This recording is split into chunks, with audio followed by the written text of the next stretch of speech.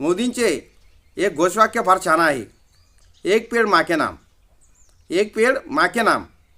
त्यात वृक्षांचे संगोपन करण्यासाठी भावनिक नाव देण्यात आले आहे, पण गैरकारभार करणाऱ्यांनी एक पेड माँ के नाम और पूरा जंगल बाप के नाम करून टाकले आहे.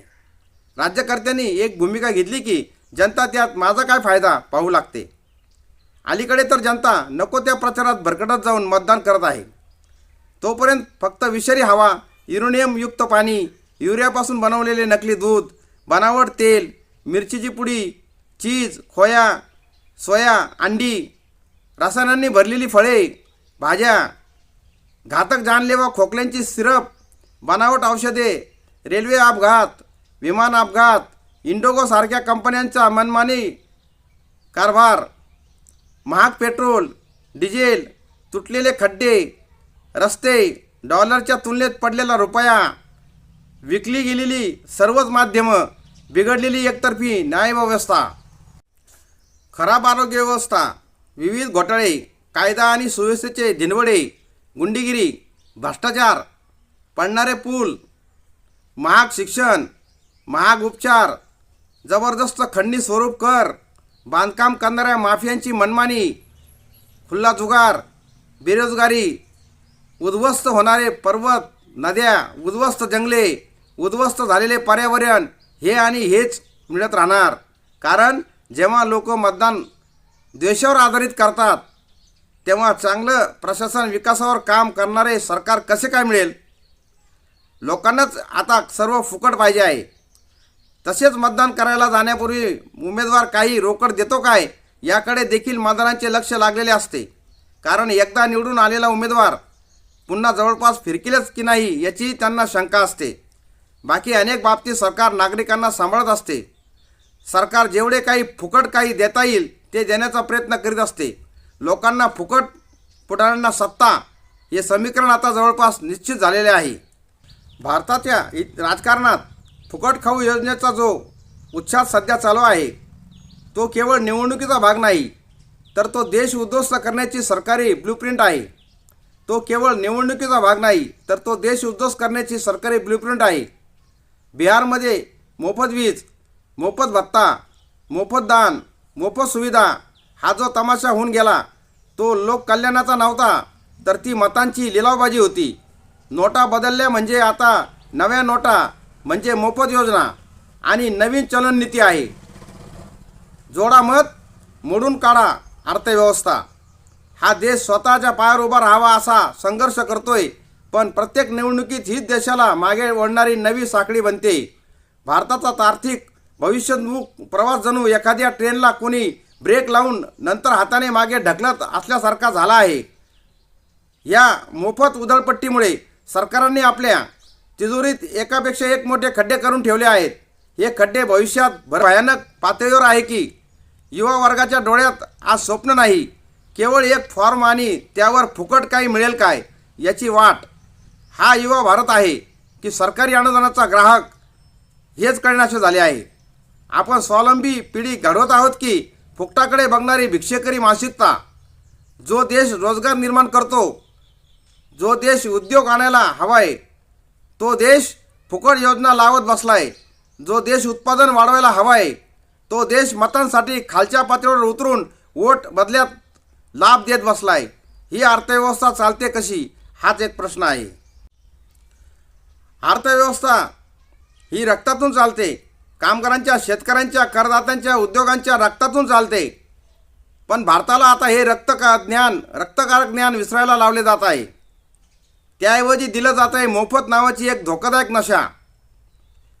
ही नक्कीच नशा आहे. ही नशा लोकांना काम करण्यापासून दूर नेते. ही नशा लोकांच्या पाठीवर कर्जाची पोती बांधून देते. ही नशा उद्योगांना भारताबाहेर पलायन करायला भाग पाडते. ही नशा ग्रामीण भागाला कायमचे अंधारात ठेवते. आणि ही नशा देशाची अर्थव्यवस्था लाईफ सपोर्टवर ठेवलेले रुग्ण बनवते. ग्रामीण भारत सर्वाधिक जळतो आहे. रस्ता नाही, आरोग्य केंद्र नाही, शाळा नाही, पण निवडणूक आली की अनुदानाचा धबधबा वाहतो. हा धबधबा विकासाचा नाही, तर तो फसवणूक करण्याचा सोयीचा पाऊस आहे. पाऊस थांबला की जमीन कोरडी, मोफत योजना थांबली की घरात उपासमार निश्चित. असा विकास म्हणजे बसवणुकीचा फजितीचा फार्स होय हे आपल्याला कळलं पाहिजे. EVM असो, आयोग असो, न्याय संस्था असो, या देशाच्या लोकशाहीचा प्रत्येक आधारस्तंभ संशयाच्या भोवऱ्यात आहे.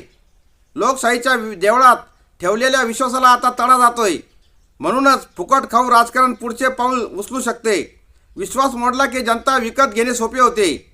आणि हे सगळे करताना राजकारणी एवढ्या जिटाईने बेमुरवतखोर वागतात की जणू विचारतात, देशाचं काय होतंय, आम्हाला काय. कारण त्यांचा उद्देश स्पष्ट आहे की मत मिळाले की त्यांच्या गाड्या पुढे जातात. हा देश आर्थिक अंधारात गडप झाला तरी त्यांना फरक पडत नाही. फरक पडायला हवा तो जनतेला. पण जनता जशी अनुदानाच्या व्यसनात अडकते तसा प्रश्न विचारण्याचा स्वभाव मरतो. काम नाही पण मोफत मिळतंय ना, या एका वाक्यातूनच देशाचा विनाश सुरू होतो. भारतात 800 रेल्वे स्टेशनवर फ्री वायफाय मिळेल यासाठी सरकारने गुगलसोबत 4.5 लाख कोटी रुपयाचा करार केला आहे. शेतकरी कर्जमाफीसाठी 86,000 कोटी नाहीत, परंतु वायफायसाठी सरकारकडे 4.5 लाख कोटी रुपये आहेत. लोकांना जगण्यासाठी भाकरी पाहिजेत की वायफाय. भारत अतिशय मोठ्या आर्थिक भूकंपाच्या उंबरठ्यावर उभा आहे. एक धक्का पुरेल आणि तो धक्का म्हणजे फुकट खाऊ निवडणूक संस्कृती. विकासापेक्षा मोफतपणाला महत्त्व देणारा देश टिकत नाही, तो हळूहळू आतून कोसळतोय. आज महाराष्ट्र, बिहार आदी राज्यामध्ये दिसतंय ते उद्या भारताच्या हाडांमध्ये मुरेल. आणि त्या दिवशी ना रोजगार उरेल, ना उद्योग उरेल, ना विकास उरेल, ना अर्थव्यवस्था उरेल फक्त देश कर्जात बुडालेला, फुकटात जाणारा आणि भविष्यविना हा देश उरेल. देश वाचवायचा असेल तर फुकट खाऊ राजकारणाचा अंत झाला पाहिजे. नाहीतर भारताचा अंत ठरलेलाच आहे, फक्त तारीख बाकी आहे. राजकारणातील अनेक घोषणा फसव्या असतात, परंतु निवडणुकीपूर्वी त्या घोषणांमध्ये दम असतो. पण त्यापैकी कोणत्याही घोषणा पूर्ण झाल्या नाहीत तरी जनता तिकडे लक्ष देत नाही. कोणीही सत्ताधाऱ्यांना जाब विचारत नाही. उदाहरण द्यायचं झालं तर मुंबईच्या समुद्रातील शिवस्मारक तयार झाले नाही. कोणीही भ्रष्टाचारी जेलमध्ये गेला नाही. कोणाच्याही खात्यामध्ये 15 लाख रुपये आले नाही. काळे धनही परत आले नाही. दाऊद व माल्यास फरफटत आणले नाही. कोणालाही रोजगार मिळाले नाही. गंगा नदी तर स्वच्छ झालीच नाही. स्त्रियांवरील अत्याचार थांबले नाही. स्मार्ट सिटी झाल्या नाही. बुलेट ट्रेन धावली नाही. दहशतवाद थांबला नाही. महागाई कमी झाली नाही. पेट्रोल स्वस्त झाले नाही. शेतकऱ्यांना दीडपट भाव मिळाला नाही. शेतकऱ्यांची सरसकट कर्जमाफी झाली नाही. काश्मीरी पंडित घरे परतलेच नाही. स्टार्टअप इंडिया झाला नाही. मेक इट इंडिया झाला नाही. स्किल इंडिया झाला नाही. डिजिटल इंडिया झाला नाही. अच्छे दिन आले नाही. चीन घाबरला नाही. डॉलरच्या तुलनेत रुपया सुधारला नाही. धनगरांना आरक्षण मिळाले नाही. एवढेच नव्हे तर आपण विश्वगृही झालो नाही. लोकांच्या रोजीरोटीचे व रोजगारीचे प्रश्न सोडवणे गरजेचे असते, परंतु दारिद्र्यात लोळणाऱ्या लोकांना व श्रीमंतीत वावरणाऱ्या लोकांना एकच न्याय. आधार कार्ड बनवा. आधार क्रमांक बँक खात्याला जोडा.